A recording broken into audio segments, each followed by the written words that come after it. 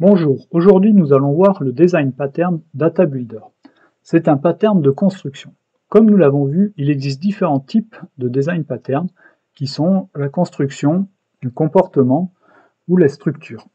Nous allons prendre pour exemple une classe user assez classique avec un nom, un prénom et le remplissage de ces différentes propriétés, donc une adresse éventuellement. L'utilisateur appartient à une équipe, elle a un chef, elle a un numéro de téléphone, et ainsi de suite. Il pourrait y en avoir encore d'autres.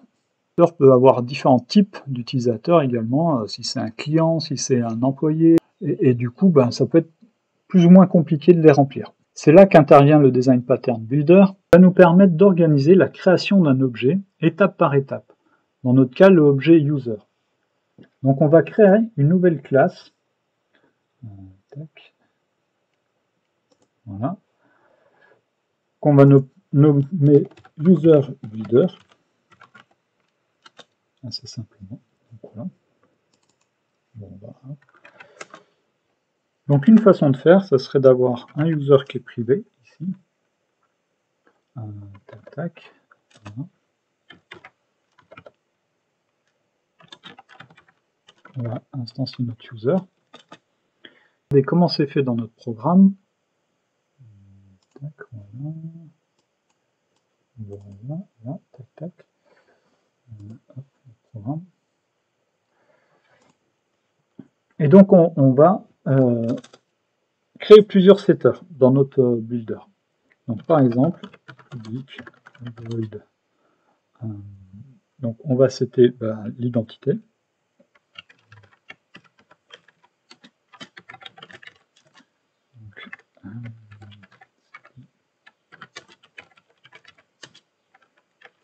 Ainsi de suite pour les autres cas. Donc par exemple là, pour setter tout ce qui est la location de notre utilisateur. Donc, hop, on refait pareil. Hop, une adresse.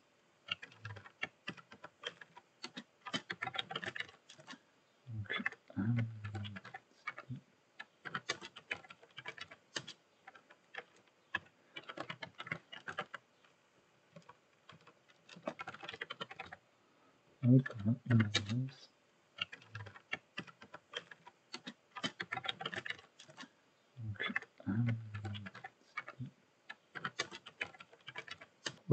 De l'autre côté, on va pouvoir remplacer, au lieu de créer notre instance, puis de remplir petit à petit chacun, on va pouvoir très bien dire, on va faire un var user builder,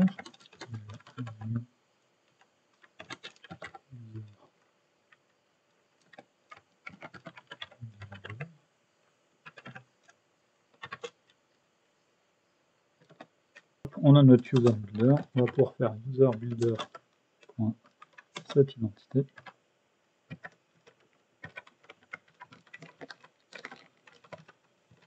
Voilà. User builder cette location. Voilà, une adresse.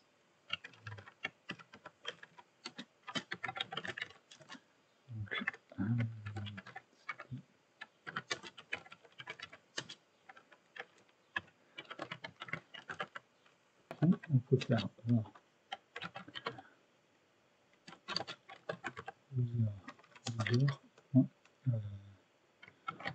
donc là, pour un builder, il nous faut une fonction de build. Donc, on va aller la rajouter.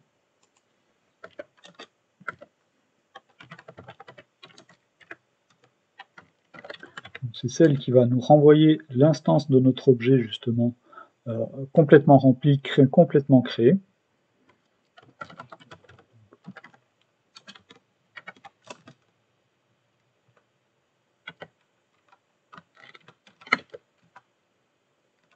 Voilà. Et voilà. Et donc là, on est passé par un builder. Ça va nous permettre de détailler étape par étape quelle est la construction de notre objet. Chaque étape seront plus explicites, vont détailler ce qu'elles font. Chaque étape, on pourrait très bien faire ou des vérifications, ou compléter des objets. Par exemple, là, on va dire si, dans un cas d'un téléphone,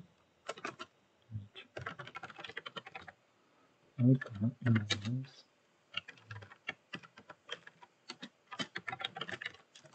Donc,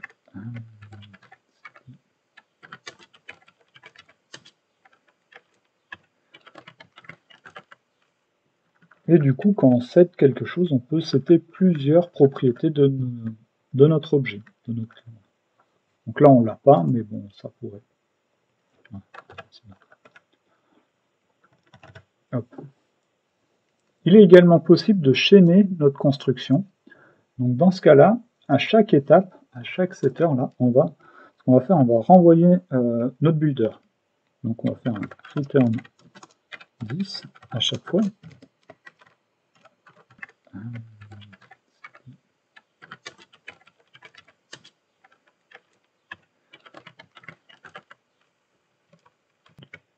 Et là, ça va nous permettre donc de chaîner nos appels.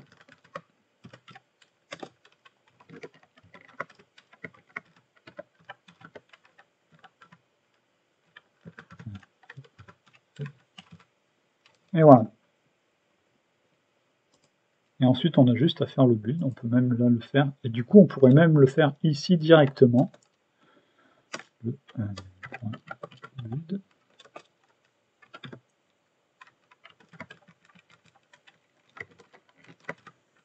Et voilà.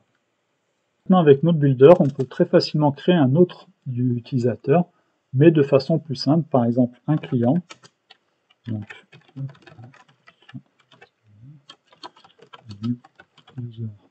on réutilise notre builder.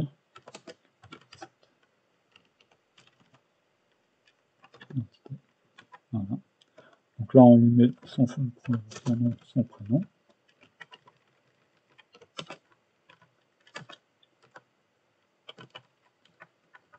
Une location. Hop. Et, voilà.